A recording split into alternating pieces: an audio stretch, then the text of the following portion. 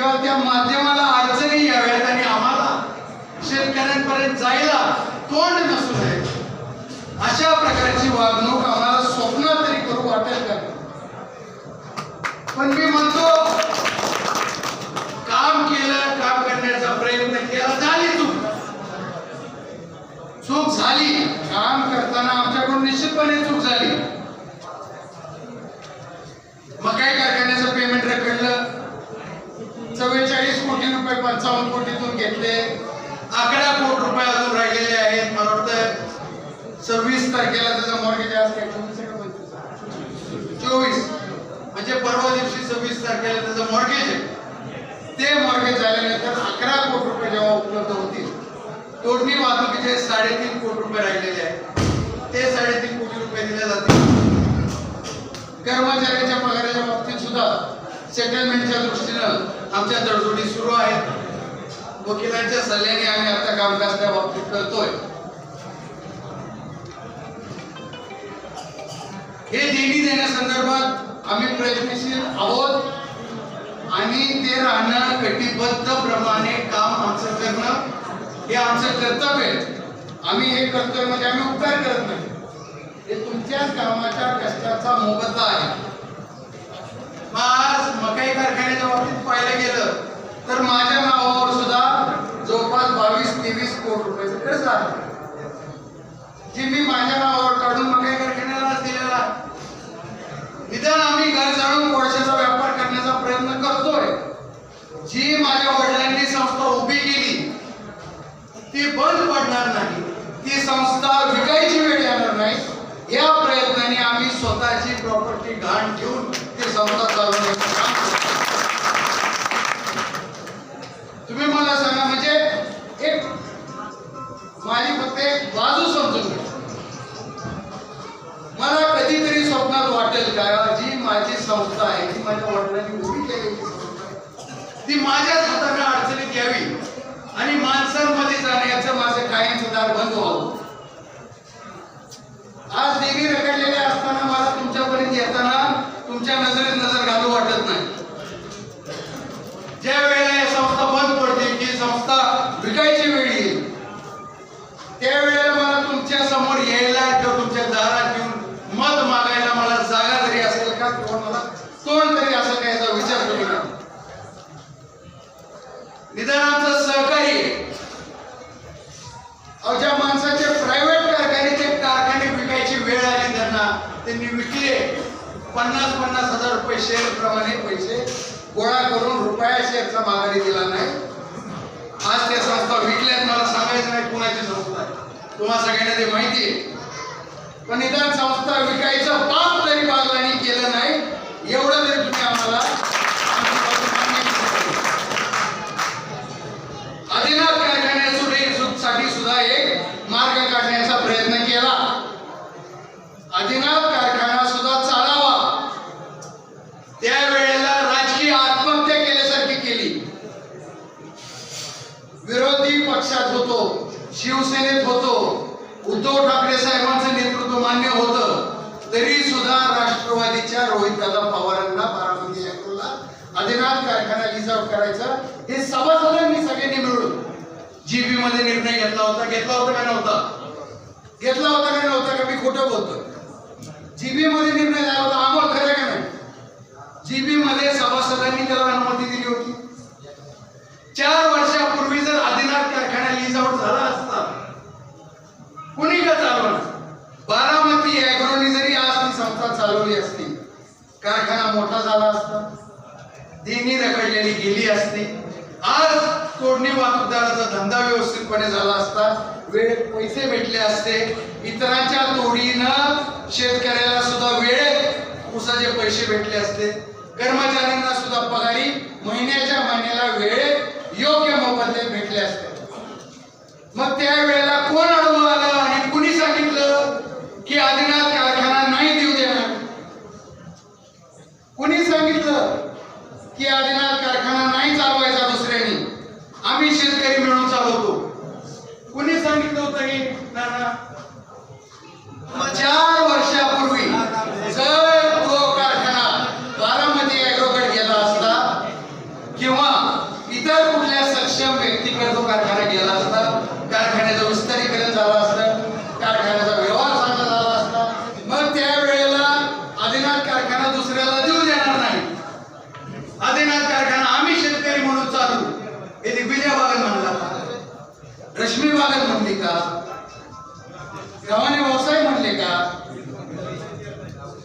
बाळासाहेब पांढरे म्हणले का, हे कोण म्हणलं हे तुम्हाला सगळ्यांना माहित आहे. मग मकाई कारखान्याच्या बाबतीत सुद्धा आम्ही अजून सुद्धा स्वतःच्या नावावर खर्च करतोय आणि कारखाना चालवण्याचा प्रयत्न करतोय. ज्या माणसाच्या राजकारणासाठी तुम्ही हयात घालवली, ज्या माणसाला तुम्ही आमदार केलं, तुम्ही जिल्हा परिषद सदस्य होते, मामा सुद्धा जिल्हा परिषद सदस्य होते, आमदार व्हायची योग्यता दोघात होती त्यावेळेला, मामांमध्ये सुद्धा होती, वामनदादांमध्ये सुद्धा होती का नव्हती? खोटं बोलतोय का बोल? तरी सुद्धा माझा भाऊ आहे, ढेगा माझा बारका भाऊ आहे, हे शब्द होते वामनदादाचे. माझ्या बाप्पाचं नाव आहे, मी नाव घेतही दादांचे शब्द होते. आणि मामासाठी मी माघार घेणार आणि मामाला आमदार करणार. मामा जेवढे फिरले नाही तेवढं वामनदादांनी फिरून मामांना तर आमदार केलंच, मामींना सुद्धा आमदार केलं. काम करताना तिथं सुद्धा चुका झाल्या, चुकलो, ठेसकाळलो, दादा नाराज झाले, दादा बाजूला गेले. दादा मला सांगा, तुम्ही बाजूला गेला, नुकसान तुमचं झालं, जी पार्टी तुम्ही उभा केली त्या पार्टीचं झालं. तुम्ही शिक्षा दिली, तुमचं नुकसान केलं, चुकलं, तुमच्या बाबतीत मान्य आहे. 10 वर्ष झालं तुम्ही शिक्षा देता ना, 10 वर्ष का अजून 4 वर्ष वनवास काढायचा आहे. मी 10 वर्ष शिक्षा दिली ना, 2दा आमदारकीवर पाडलं ना. आता इतकी शिक्षा देऊ नका की ज्या माणसासाठी तुम्ही काम केलं त्या माणसाच्या नावाला कुठे तर पुसायची वेळ येईल, इतकं तरी पाप दादा होऊ देऊ नका.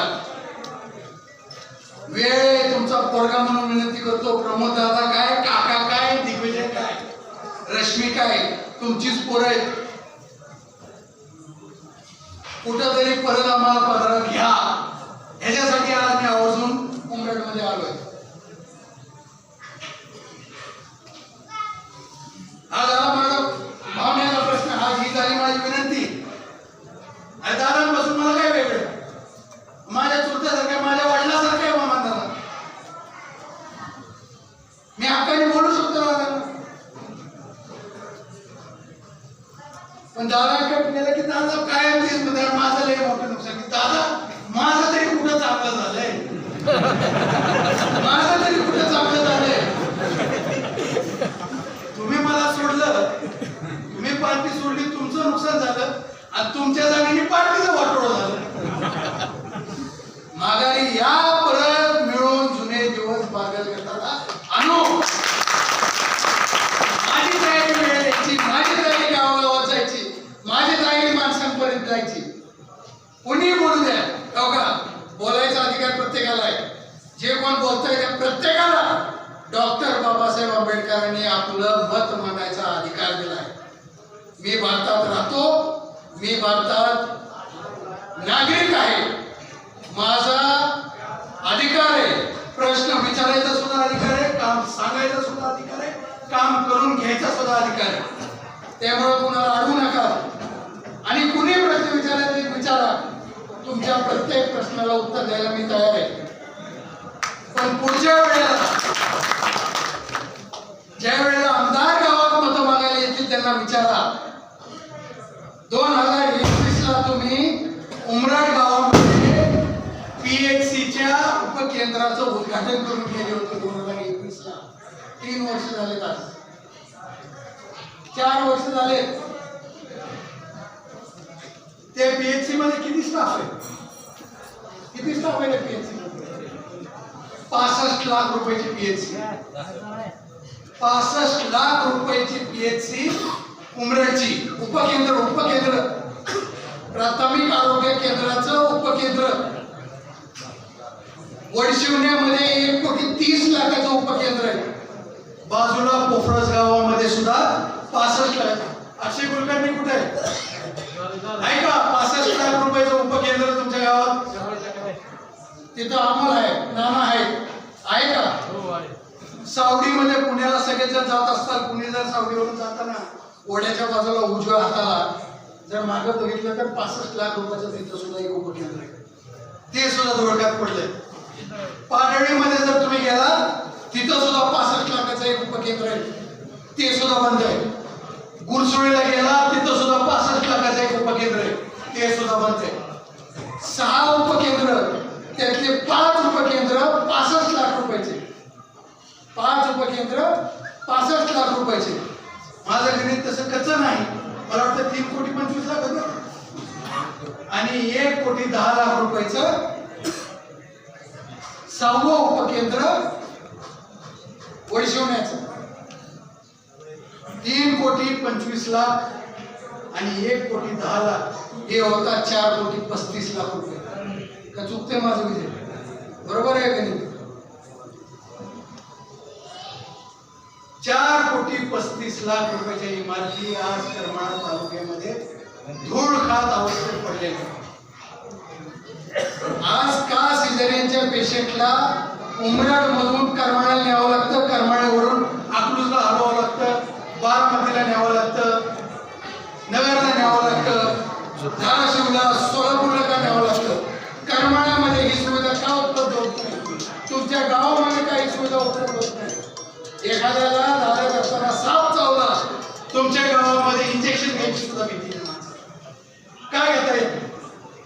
अहो सर्दी पडस झालं, खोकला झाला, गोवा त्या माणसाला घेऊन करमाळ्याला जावं लागतं. ती सुविधा इथं उपलब्ध होऊ शकते, का होत नाही?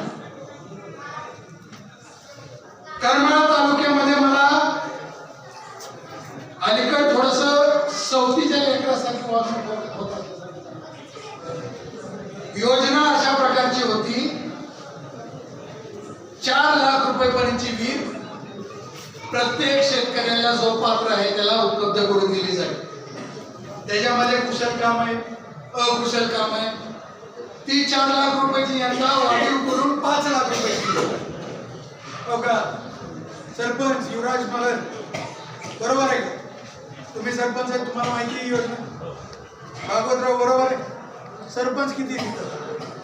सगळ्यांना योजना माहिती असेल. तिथं यंदा 5 लाख रुपये. मला फक्त एक छोटा प्रकाश टाकायचा आहे तुम्हाला. माढा तालुक्या आणि करमाळा तालुक्याच्या फरकावर.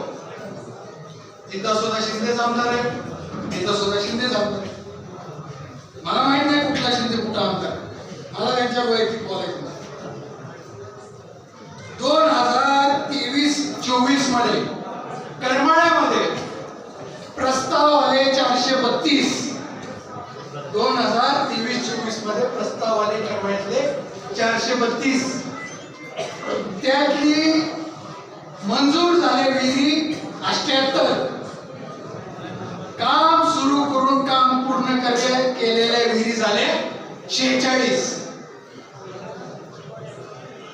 तिथंच 2024 मध्ये 23-24 मध्ये माड्यामध्ये प्रस्ताव आले 1283. मंजुरी दिली 1177 विहिरींना. पूर्ण झाले विहिरी 1159. तुम्ही फरक बघा, 432 कुठं, 1283 कुठं, 78 कुठं, 1177 कुठं, 46 कुठं, 1159 कुठं. या वर्षी तर पराक्रम केला. या वर्षी आले 106 प्रस्ताव, त्यातनं मंजूर केल्या 15, काम सुरू आहे 0. तिथंच माड्यामध्ये 245 प्रस्ताव आले, मंजूर झाले 150, काम सुरू होऊन पूर्ण व्हायच्या मार्गावर 149. हा फरक आहे करमाळ्यामध्ये माड्यामध्ये. मग तिथं का आणि इथं काय वेगळी वागणूक? माझ्या करमाळ्याने काय पाप केलंय?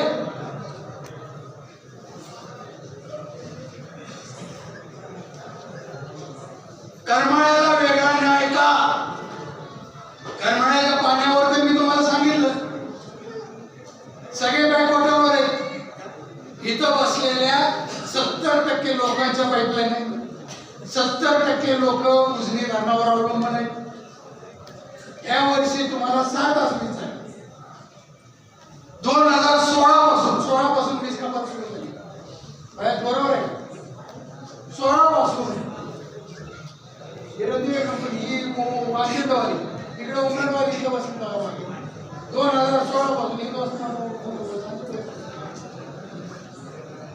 2016 पासून कपाती सुरू झाल्या. आपली लाईट होती 2 तास. तुम्हालाच पलीकडे इंदापूर भागामध्ये किती तास लाईट असायची? जेव्हा 8 तास लाईट असायची, कधी 10 तास लाईट असायची. लय आरडाओरडा झाला तर 6 तासावर यायची. मग जेवढा त्यांचा त्याग आहे तेवढा करमाळ्याचा सुद्धा त्याग आहे. पण त्यांना वेगळी वागणूक आणि आपल्याला काय वेगळी वागणूक? रिटेवाडी झाली पाहिजे. पाण्याचं नियोजन उजनीतूनच होणार आहे. मग रिटेवाडीच्या बाबतीत तुम्ही सांगता 100% पाणी वाटप संपलं. ज्या वेळेला रामवाडीमध्ये आष्टी उपसिंचन योजनेचं नगर बीड जिल्ह्यात पाणी जाते आष्टीला, त्याला मान्यता उजनीतून भेटली. माढा तालुक्याच्या माढा उपसा सिंचन योजनेच्या मानेगाव गटामध्ये 10 गाव वाढवली जाते, त्या पाण्याची तरतूद उजनीतूनच होती. इंदापूरला आणि बारामतीला जाणारं पाणी लाकडी निंबोडीच्या माध्यमातून योजना केली जाते. लाकडी निंबोडीला मंजुरी भेटती, करमाळ्याला का भेटत नाही? मग नेमकं करमाळ्याने काय पाप केलंय? करमाळ्यामध्ये काही काम होत नाही.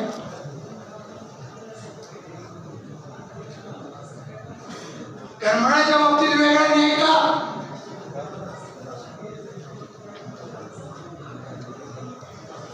अनेक निधी आले, तुम्ही आकडेवारी काढून पहा. सोलापूर जिल्ह्यामध्ये प्रत्येक आमदारांनी सांगितलं की माझ्या तालुक्यामध्ये एवढं काम, तेवढं काम, एवढं काम, तेवढं काम. प्रत्येक अधिवेशनात आपल्याकडे सुद्धा 3,500 कोटीची कामं, 3,500 कोटीच्या कामाचा हिशोब तुम्ही घ्या. 3,500 कोटी. शासनाने लाडकी बहीण काढली, 3,000 रुपये 2 महिने झाले, आपण खुश झालो. अहो किती खुश व्हायला पाहिजे? 3,500 कोटी रुपये आले आपल्याला करमाळा तालुक्यात. कुठे गेले? याच्यावर का प्रश्न कोण विचारत नाही? आज उमरडमध्ये हा जो रस्ता आहे, कुंभेजवरून जाणारा रामवाडीच्या माध्यमातून तो अंबालिकाला जाणारा रस्ता आहे. तो रस्ता कशामुळे झाला तुम्हाला सगळ्यांना माहिती. कुणाच्या सोयीसाठी झाला? ही उमराडच्या सोयीसाठी नाही झाला. उमराडची सोय बघायची असती तर उमराडवरून अंजनडोला वीटला जाणाऱ्या रस्त्याची सोय बघितली असती. उमराडवरून झऱ्याला जाणाऱ्या कच्च्या रस्त्याची, गायकवाड वस्तीला जाणाऱ्या रस्त्याची सोय बघितली असती. उमराडवरून सोलापूरला गारगोटवाडीला जाणाऱ्या रस्त्याची सोय बघितली असती. हे काय रस्ते मार्गी लागले, एक आणायच मस्त रस्ते मार्गी लागले. उमराड मांजरगाव कच्चा रस्ता आहे, तिथं का नाही झाला? मग कुठे गेला? रस्त्याचा विकास तुम्ही करताय तर कुठे गेला? आज हॅमच्या कामाचं उद्घाटन झालं. हॅम म्हणतात त्याला, HAMM म्हणून एक टेंडरची पद्धत आहे, कॉन्ट्रॅक्टची पद्धत आहे. हॅम म्हणजे शासन आता त्यांना 50% बिल द्या, त्या कॉन्ट्रॅक्टरने पूर्ण काम करायचं आणि 3 वर्षानंतर त्या कॉन्ट्रॅक्टरला व्याजासह, वाढाव्यासह राहिलेल्या 50% रकमेचा मोबदला दिला जातो. 2 कॉन्ट्रॅक्ट असतात. आता हे दोन्ही उमेदवारांनी सांगावं याचा अर्थ काय. एक असते EPC contract, engineering, procurement and construction. हे तिन्ही एकच व्यक्ती करतो, ज्या 100% तरतूद शासनाकडून केली जाते. काम होतं, त्याला मोबदला भेटतो, काम पूर्ण होतं. ही आपली रेग्युलर टेंडरची पद्धत. दुसरी असते HAMM. यामध्ये 50% रक्कम दिली जाते कॉन्ट्रॅक्टरला. कॉन्ट्रॅक्टर काम 100% करतो आणि 3 वर्षानंतर व्याजासह वाढव्यासह त्या माणसाला ती रक्कम दिली जाते. याचा अर्थ हे काम कोणाच्या माध्यमातून होते. त्या कॉन्ट्रॅक्टरचे उपकार मानले पाहिजे. फुकट काम करतात. ह्यात विकास कुठे? उमराच्या बाबतीत आपण हे आता तुम्ही बॅकवॉटर वाले, तुम्हाला विहिरीचं महत्व पटणार नाही. तुम्ही रोज उठले की उमराड ह्या भागात जाणारी माणसं आहेत, पारेवाडी मार्गे पुण्याला जाणारी माणसं आहेत, गरज पडली रेल्वेला जेवण मार्गे जाणारी माणसं आहेत. पण हे सामान्य प्रश्न घरकुलाचे असतील, विहिरीचे असतील, कुणाला बोर पाहिजे असेल, कुणाला डोल पाहिजे असेल, कुणाला लाडक्या बहिणीमध्ये नाव नोंदवायचं असेल, या सामान्य माणसांच्या प्रश्नावर कोण लक्ष देते? कुणी लक्ष दिलं आतापर्यंत? मला कुठल्या एकट्या व्यक्तीवर आरोप करायचे नाही, पण गेल्या 10 वर्षात आपल्या करमाळा तालुक्यामध्ये किती प्रकारचा निधी आला, कशी विकास कामं झाली याचं मोजमाप मांडावं. करमाळा तालुका पटायचंय. दर 5 वर्षाला आमदार बदलतो.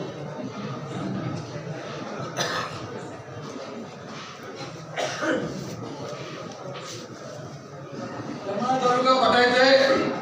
दर 5 वर्षाला आमदार बदलतो. 10 वर्षात 2 आमदार बघितले.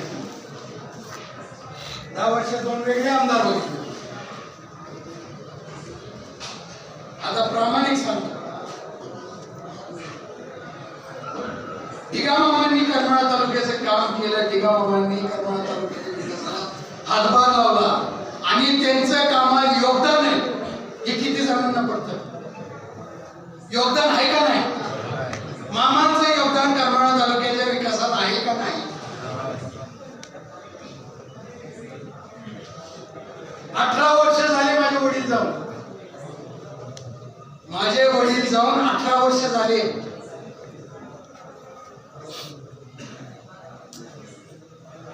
मामांच्या सहानुभूतीवर मामींना आमदार केलं. तुम्ही काम प्रामाणिक केलं. जी महिला घराबाहेर निघाली नव्हती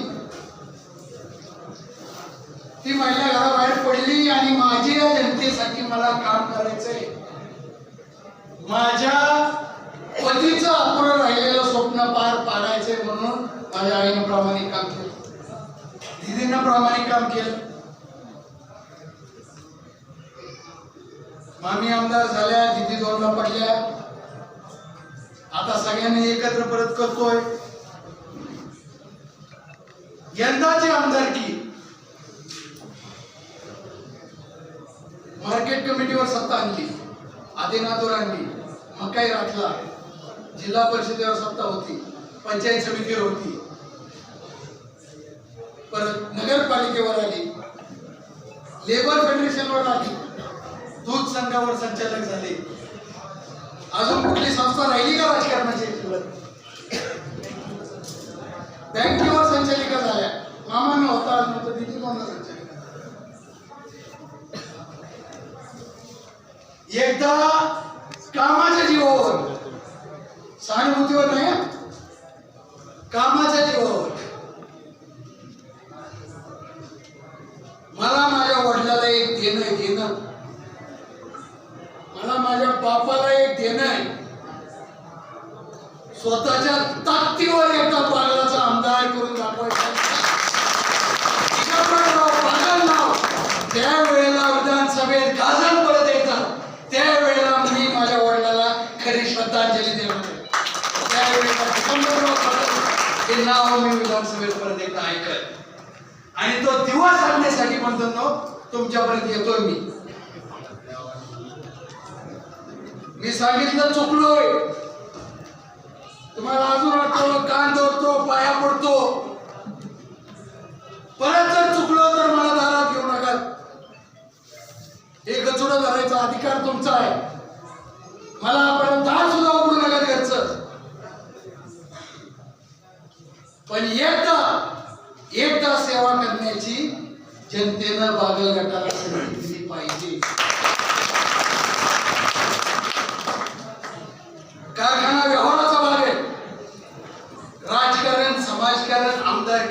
भाग वेगळा आहे.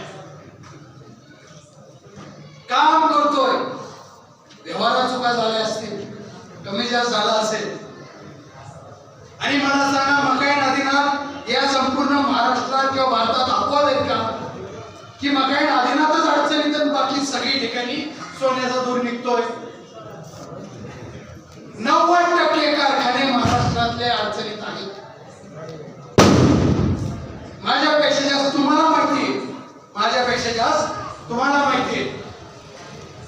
तरी सुद्धा प्रामाणिक काम करतोय, बोजा वागवतोय. फक्त एक ऐकायची वेळ येऊ नये. बापाने संस्था उभी केली, पोरांनी बंद पाडली, ही ऐकायची वेळ येऊ नये म्हणून जर कारखान्यासाठी घर ठेवून मी कारखाना चालवायचा प्रयत्न करतो. माहिती घेऊन बघा, माझ्या राहत्या घरावर 25 कोटी रुपयाचं कर्ज आहे. माझ्या राहत्या घरावर, माझ्या नावावर 37 कोटी रुपयाचं कर्ज आहे मकाई कारखान्याचं. माहिती घेऊन बघा. मकाई कारखान्यावर जेवढं कर्ज नाही तेवढं मकाईचं माझ्या नावावर कर्ज.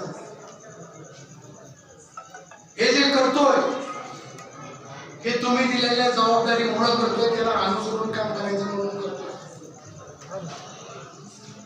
आणि बाजूला एक सांगतो तुम्हाला, ही जी मोकळीक आहे, तुम्हाला बोलता येतं, भांडता येतं, सांगता येतं, बसता येतं, शिव्या देता येतात, घरी येता येतं, आडवं बिडवं काही सांगता येतं. निदान तिथं दार आहे, गेल्यावर भेटतोय, तुमच्यासोबत बसतोय, 2 शब्द गोड बोलतोय, चहा पाजतोय, दुधाचा का व्हायना, पाण्याचा का व्हायना, चहा पाजतोय मी.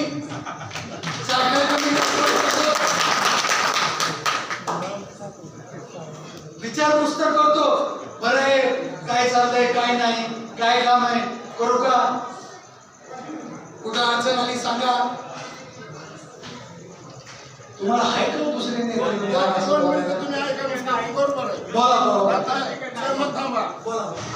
आदिनाथ कारखान्यावर आम्ही रुपया न उचललेला आणि 8 लाख रुपये आमचं तिथं आहे तर मी 8 लाखाचे आम्हाला मुक्त सगळं कमी देतो. बँक ऑफ इंडियाचं आम्हाला पीक कर्ज सुद्धा द्याय नाही. बोला हे कर्ज मुळात काढलं की थांबा बरोबर ते बोलायचं चुकीचं नाही. मकाई आणि आदिनाथ दोन्ही ठिकाणी, मकाई आणि आदिनाथ दोन्ही ठिकाणी तुम्हाला एक सांगतो, हे मुळात कर्ज काढलं कुठल्या साली होतं तुम्हाला सांगतो. हे कर्ज काढलं होतं 2004 साली.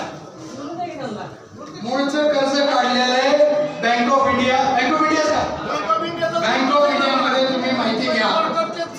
मूळ कर्ज काढले 2004 साली. आदिनाथ कारखान्याचे चेअरमन होते आदरणीय जयवंतराव जगताप. मकाई कारखान्याचे चेअरमन होते मामा व्हायच्या आधी आप्पासाहेब झंझुर्णे साहेब होते. 2004 मामा झाले 2000 म्हणजे 4च्या शेवटी 5 झाले. त्याच्या पुढं 2014ला ही तुमच्यावर कारवाई आजची होती, ती त्यावेळेला होऊ नये म्हणून ती थांबवण्यासाठी नवं जुनं केलं गेलं. त्यामुळं तुम्हाला नोटीस येत असतील 2014च्या तारखेचे, बरोबर आहे का बाई? 2014च्या मला आकडेवारी मी सांगतो ना, मी चेअरमन राहिले काय मी सांगतो 2014च्या तारखा येतात तुम्हाला. आता ते जे दोन्ही कर्ज आहेत हे आलेले आहेत लोक अदालतमध्ये. लोक अदालतमध्ये ज्या वेळेला येतं त्यावेळेला येत असतं मिटवण्यासाठी, सेटलमेंटच्या दृष्टीनं. कारण की त्यांना माहिती आहे कोर्टातून आज हे अनसिक्युअर्ड लोन आहे. अनसिक्युअर्ड लोन म्हणजे बिना तारण कर्ज. बँकेचं बिना तारण कर्ज म्हणजे कर्ज माझ्या नावावर आहे पण माझ्या उतार्यावर बोजा नाही, माझ्या सिव्हिलवर आहे पण माझ्या उतार्यावर बोजा नाही.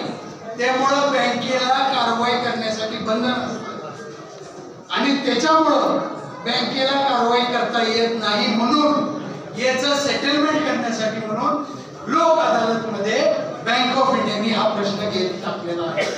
आणि मकाई कारखान्याचा प्रश्न येत्या शासन थकामीच्या नंतर मकाईचे काय 5 कोटी सेटलमेंट ठरलेले आहे. आदिनाथ कारखान्याच्या बाबतीत एक सांगतो, आज प्रशासक असल्यामुळं आम्हाला तिथं हात घालता येत नाही. किती जरी केलं तरी बंधनं येतात आणि प्रशासक आणि संचालक मंडळ यामध्ये जमीन आसमानचा फरक असतो. प्रशासक असा असतो की आहे हे काम करत राहणे, जे चौकटात कायद्याच्या चौकटीत बसतं तेवढंच काम करणे. मी ना त्या लिहिलेल्यापेक्षा एक शब्द कमी ना एक शब्द आगाव असा वागू शकतो, याला म्हणतात प्रशासक. त्याच्यामुळं आता प्रश्न मकाईचा 100% त्या बाबतीत सुटणार आहे. राहिला आदिनाथचा प्रश्न, तुमच्या आशीर्वादाने सांगतो आदिनाथची सुद्धा निवडणूक लागणार आहे. ही निवडणूक झाल्या, आमदारकीची निवडणूक झाल्यानंतर लागणार आहे. आदिनाथला सुद्धा मी सांगतो, कारखाना जबाबदारी घ्यायला अजून सुद्धा बादल तयार आहे. दुसरे नेते तयार आहेत का हे फक्त विचारा तुम्ही. निवडणूक लढवायची वेळ आली की नको बाबा आपल्याला जमत. तुम्हाला सांगतो, मला कळत ज्या वेळेला जबाबदारी घ्यायची तेव्हा नाही, पण जेव्हा वोट दाखवायचे तेव्हा 100% वोट.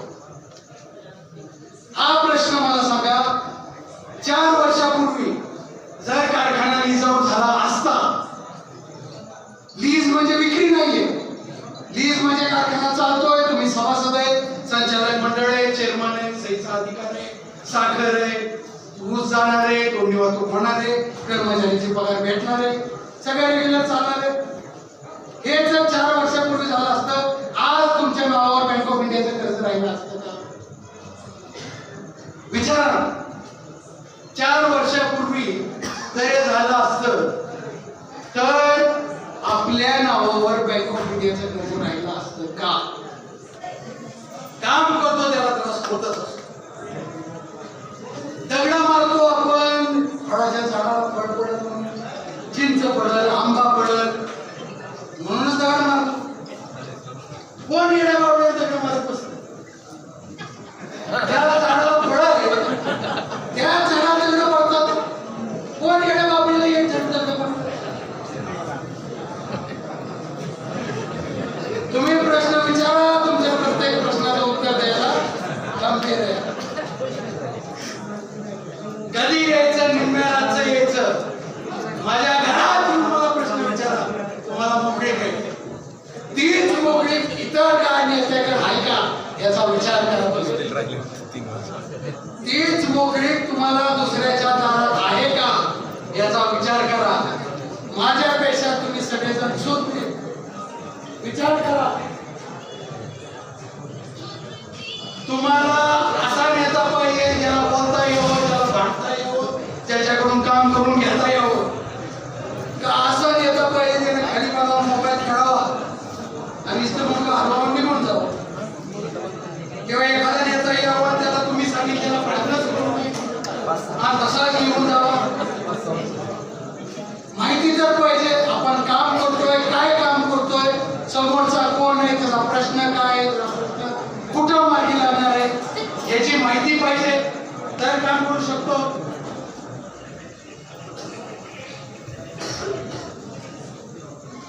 भरपूर बोललो, अजून काय बोलण्यासारखा विषय कुठला राहिलाय का? अजून कुठलं उत्तर राहिलंय का? अजून जर काही असेल तर आवर्जून बोलवा, परत तुमच्या प्रत्येक प्रश्नाचं उत्तर द्यायला मी सक्षम आहे, जबाबदार आहे.